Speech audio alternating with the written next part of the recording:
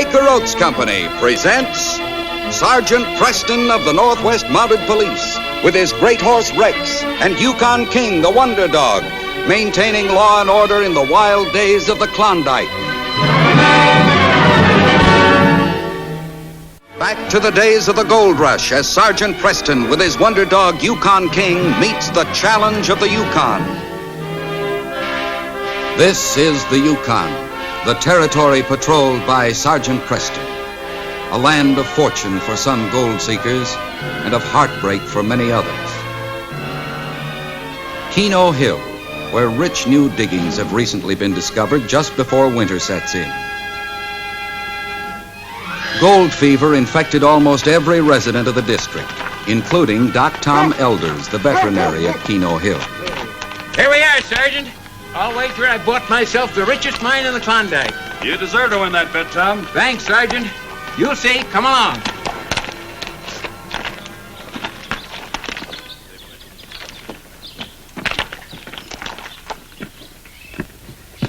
There you are, Sergeant.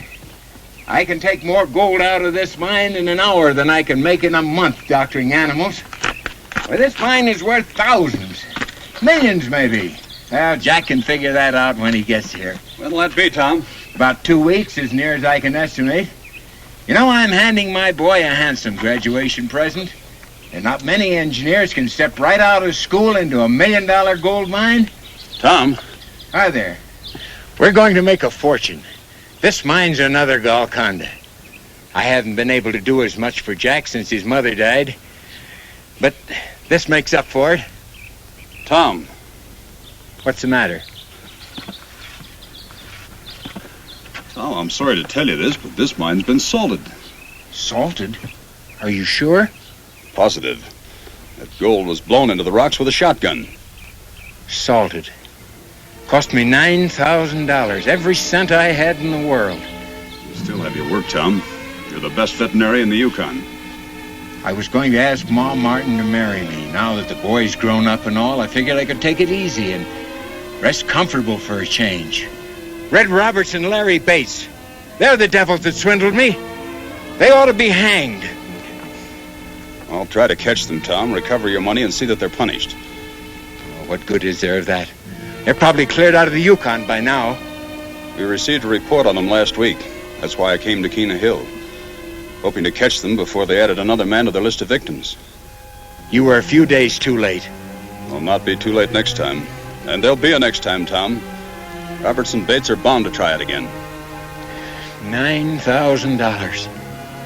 To raise it, I sold everything I had in the world except my pet dogs. Now I don't even have money enough to pay Ma Martin for keeping them. Don't give up hope, Tom. There still may be a chance to recover your money. I'll believe that when I see it. I'll do my level best to catch them, Tom. When Roberts and Bates are caught, why, you'll have to fill out a formal complaint. Come on, keep your chin up.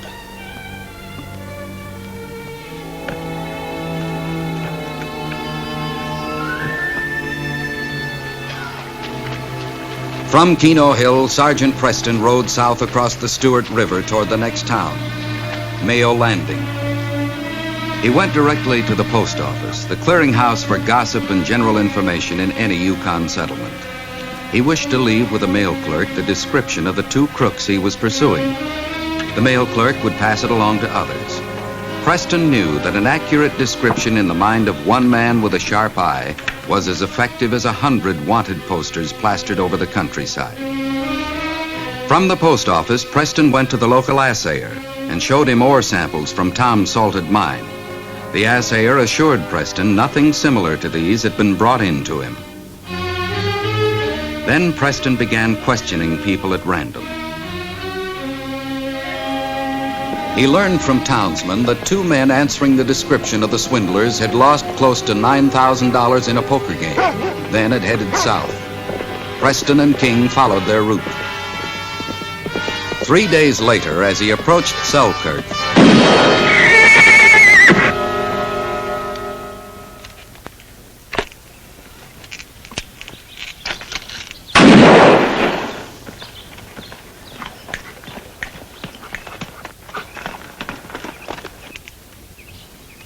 I'd say that about does the trick, wouldn't you, Red? What's the matter? You afraid of using up too much gold dust? We'll get it back and more. I know that. It's just that that shotgun makes a blame much noise. I'm real sorry to hear that. Real sorry. Gosh, Red, you didn't have to do that. After all, you've shot enough dust into that rock to fool the smartest chichaco that ever lived. The richer the mine, the higher the price. Get me some more shells.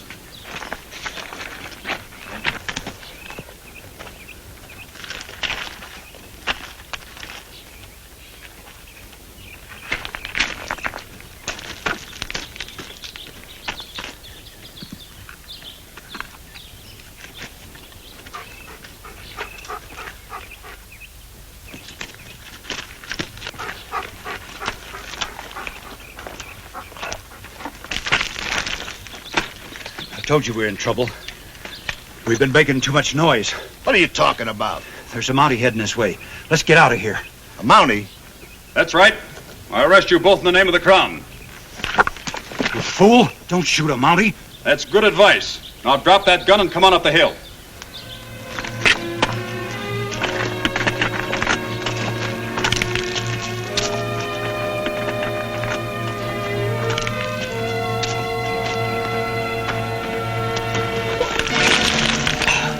I think I broke my leg. Come and help me.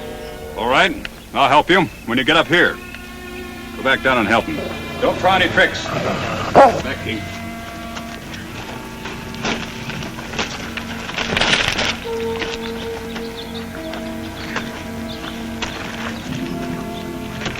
All right, set him down right there. All right, get your hands over your head. Get back over there, against the bank.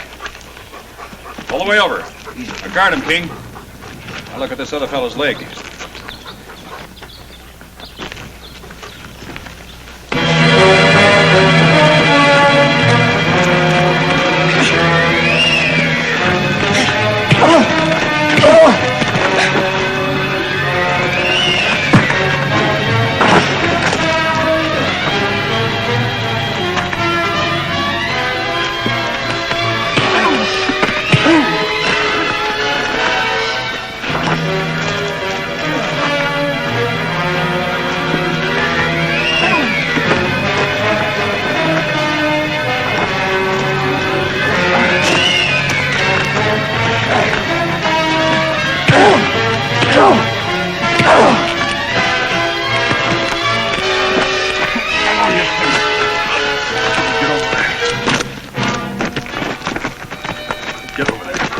Good boy, King.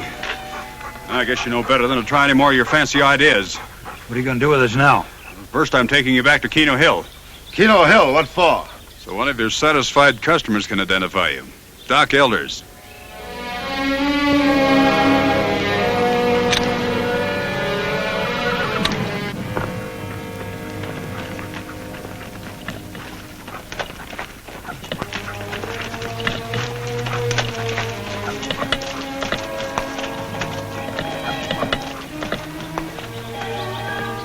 Hello, Tom. Robertson Bates, where's my money, you crooks? I never saw you before in my life. Then I'll jog your memory. Hold on, Tom. It's not the way to do it. They'll get what's coming to them in Dawson. Did you get my money?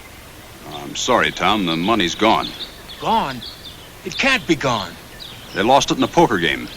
Then it's the government's responsibility. The government owes it to me. You know better than that, Tom. I have a job to do, and I need your help. I trusted you to get my money. You and the government. I trusted everybody in the world. Now I'm through trusting anybody. Get off of my claim. Calm down, Tom. In your complaint, Robertson Bates will be sent to jail. Without it, they may go free to keep on swindling decent people. You're the only victim still in the Yukon. That's no concern of mine. I'm complaining about my money. Give it to me or get out of here. All right, I'll go. But think it over. If you change your mind, send word to me at Dawson.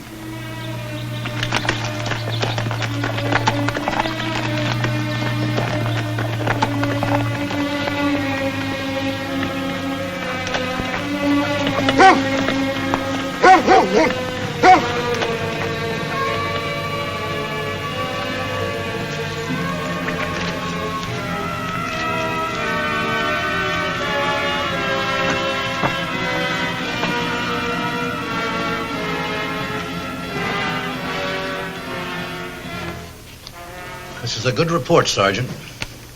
But we can't take action on the swindle unless the complaint comes from the victim. Well, I realize that, sir. But I'm asking that Roberts and Bates be held in jail for their attempted assault on me. We'll do that. But we want them sentenced for what they did to elders, as a warning to other swindlers. Too many of them coming into the Yukon territory. You want me to go back to Kena Hill? I might make Tom see things the right way now that he's had time to calm down. Yes, on your way to Ball Mountain. Ball Mountain, sir? Gold seekers are stampeding to Ball Mountain. And with winter coming on, we'd better establish an equipment checkpoint. You know how some of these chichacos go rushing off without adequate supplies. Well, I'll set up a checkpoint at the foot of the pass. Thank you, sir. Good, and good luck.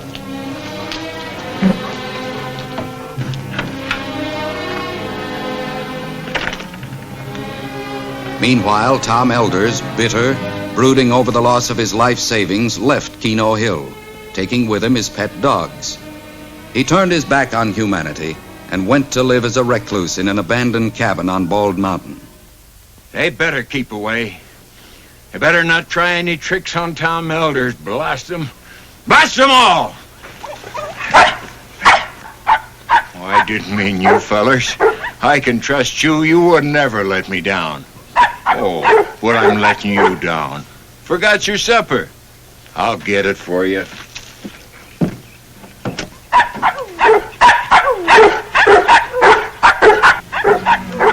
Hear something, do you? Somebody trying to come up the pass and get at me, huh?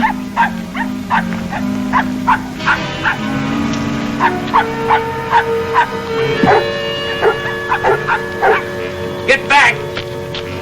Get back! Get back or I'll shoot!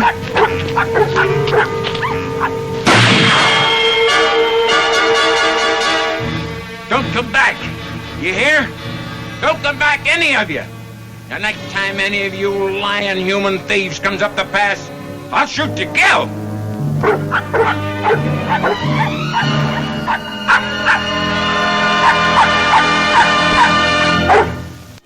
On his way to Bald Mountain, Sergeant Preston stopped at the salted mine of Tom Elders. You must be Jack, Tom Elders' son. I'm Sergeant Preston. Oh, I'm glad you've come. Any news of Dad?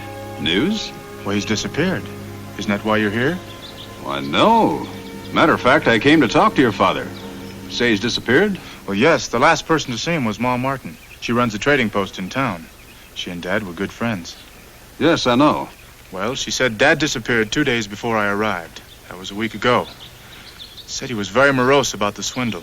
Told her he'd never let another human get within speaking distance of him again. Then he took his dogs, which she'd been keeping for him, and hasn't been heard of since. Well, he can't be very far away. He knows the Yukon too well to take chances with winter coming on. Oh, I'm relieved to hear you say that, Sergeant. I've been so worried, and being a Chichaco, got nowhere searching for him myself. Well, he's probably safe and snug in a cave or abandoned cabin somewhere. Tom Elders had never exposed his pet dogs to unnecessary hardships. Poor Dad. Turning bitter and leaving like that for no reason. No reason, Jack? Your father paid $9,000 for this mine, sold his house and practiced to raise the money. He got himself a bargain. There's 100 times that much gold in this claim, or I'll eat my brand new diploma. I went through this mine myself, and it's solid with a few shotgun loads of gold dust. Oh, I'm not talking about that so-called mine, Sergeant. This gold deposit is on another part of the property Dad bought from those swindlers. What? Come with me.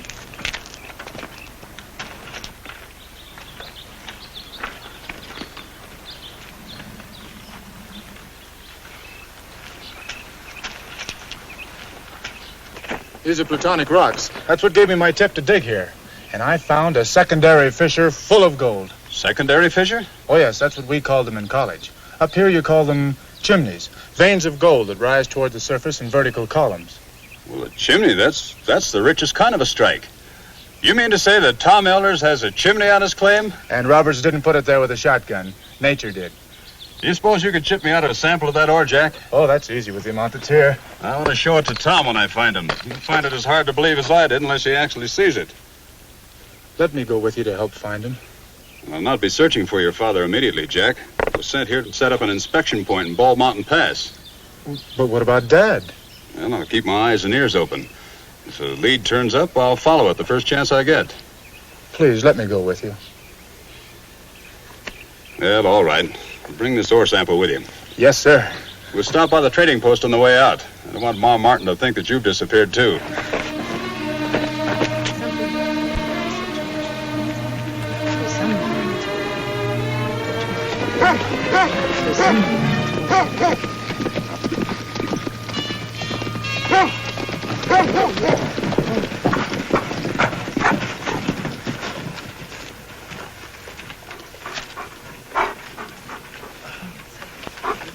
Thank goodness you're here, Sergeant.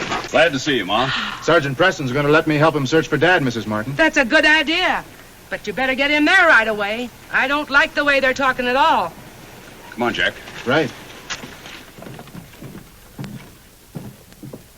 We're losing a fortune. Every man in this room. That's what I say. I say we ought to march out there to Bald Mountain, and if that crazy fool in the cabin tries to stop us from going over the pass to the diggings, then we ought to take care of him. That's what I say. Wait a minute. No one man or group of men has the right to take care of anybody in this territory, no matter what he's done. He tried to kill George Lane and me with the rifle. Who tried to kill you, Sam? Some lunatic. I don't know his name. He's moved into that busted-down cabin on Bald Mountain. It's within gun range of the entrance of the pass. Well, is there anyone with him? Not so far as I know. Well, it should be very easy to handle then. The right way, Sam. He has to sleep sometime. Yeah, that's what Pete Burris thought, didn't you, Pete?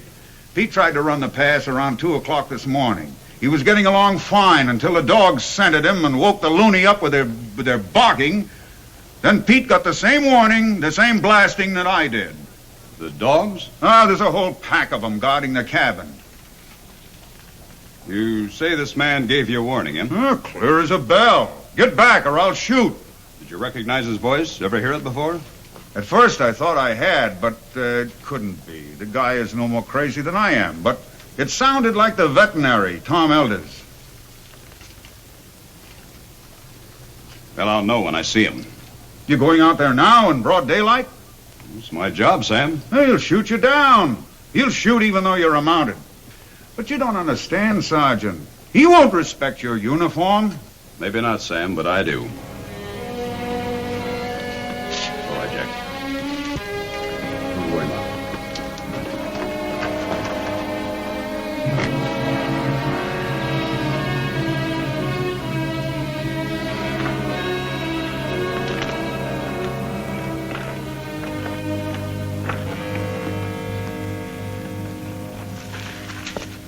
So far, so good. I wonder if that's really my dad.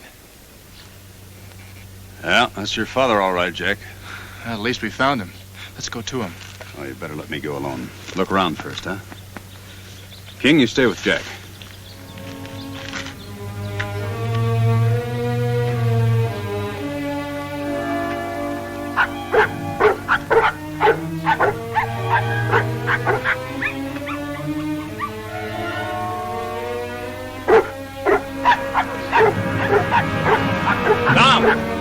Tom Elders! Get back. Back or I'll shoot.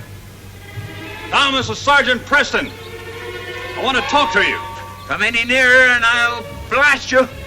Tom, I have news for you. Wonderful news. Get back, I won't warn you again. Tom, Jack's with me, your son. He's found gold on your claim.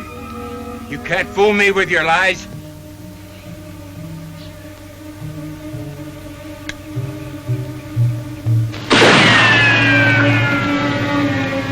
You're not aiming at me, Tom. You've got more sense than that. Come any closer and I will aim. Listen to me, Tom. I've got to talk to you. Go away, Sergeant. I don't want to have to shoot at you. Well, I'll have to try another plan.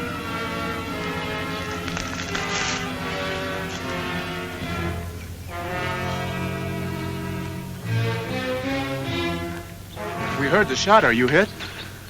No, he wasn't trying to hit me. I can't understand it. Dad, the gentlest of all people. A man who spent his life helping suffering animals.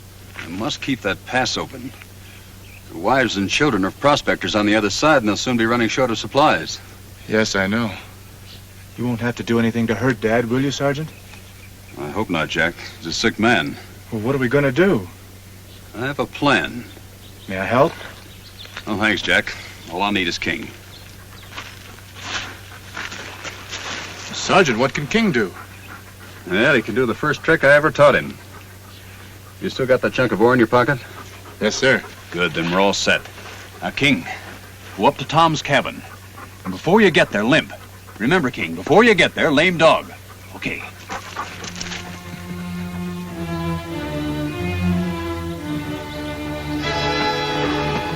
I think it's gonna work.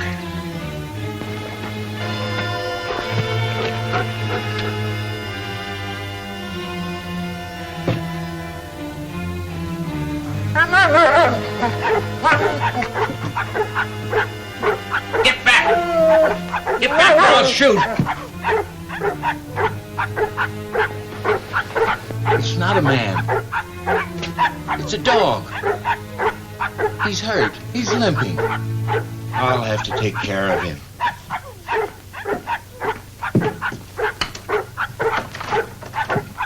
Quiet, boys. He's not a man. He's one of you. Here, King.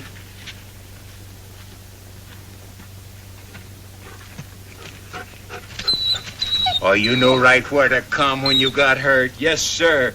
Right to old Doc Elders. I always said you was the smartest dog in the Yukon. Come on in. We'll get you fixed up.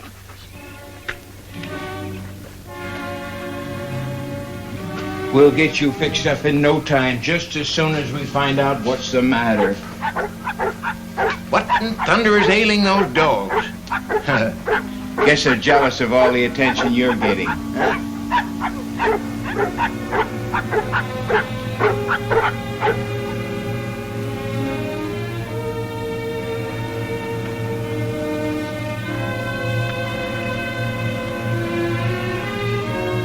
That's funny. No cuts? No bones broken? Doesn't seem to be anything the matter. What's that? I'll take the gun, Tom. Sergeant Preston, you've tricked me. You sent King here. Yes, Tom, but... You tricked me, both of you. He's not lame. Look at him standing there on 4 legs. I'll not trust animals after this. It was for your own good, Dad. So we could get close enough to talk to you, to tell you the truth. You after me, too? My own son. It was hard enough hiding from people up here when I knew you were going to arrive in the Yukon any day. But now I can see. You're just as bad as the rest of them. Show him the ore, Jack. Dad, you're worth a fortune despite those swindlers. I chipped this from a formation exactly 50 yards from the entrance to your shack. Come back with us, I'll show you. There's a rich deposit of gold in a chimney on your salted claim. It's a trick. I don't believe it. Take a look. Go on, look at it.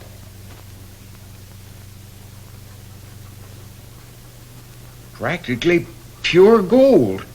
Please come with us, Dad. You'll see. Thanks, fella. On the way to Tom's mine, Sergeant Preston suggested that the little party stop off at Keno Hill to tell Ma Martin Tom was safe and well and ask her to accompany them the rest of the way. You see, Dad? I see, son. I see lots of things now. Ma, I've got to go to Dawson with Sergeant Preston to make out a complaint against these crooks. And I also have to register the official name of this mine. That's right, Tom. What are you going to call the mine? The Limping King. And, Ma, there's another reason I'd like to go to Dawson. Go on, Tom. Yes, Tom? I'd like us to get married. What do you say?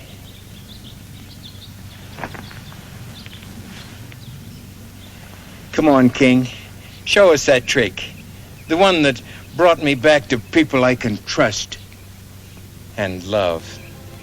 Lame dog, King. Lame dog. That's right, King. This case is closed.